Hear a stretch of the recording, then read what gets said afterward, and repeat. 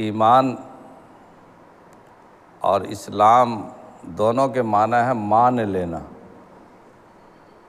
ایمان کے معنی بھی ہے مان لینا، اور اسلام کے معنی بھی ہے مان لینا، یعنی اللہ کے حکم کے سامنے سر جھکانا، اپنے جذبات پر کنٹرول رکھنا، اپنے جذبات پر قابو رکھنا۔ اللہ کا حکم چاہے پسند آوے چاہے نہ آوے، طبیعت قبول کرے یا نہ کرے، ایک مومن کی شان یہ ہے کہ جیسے ہی اللہ کا حکم آئے ہم اسے قبول کر لیں۔ یہی ایمان کا مفہوم ہے، یہی ایمان کا مطلب ہے۔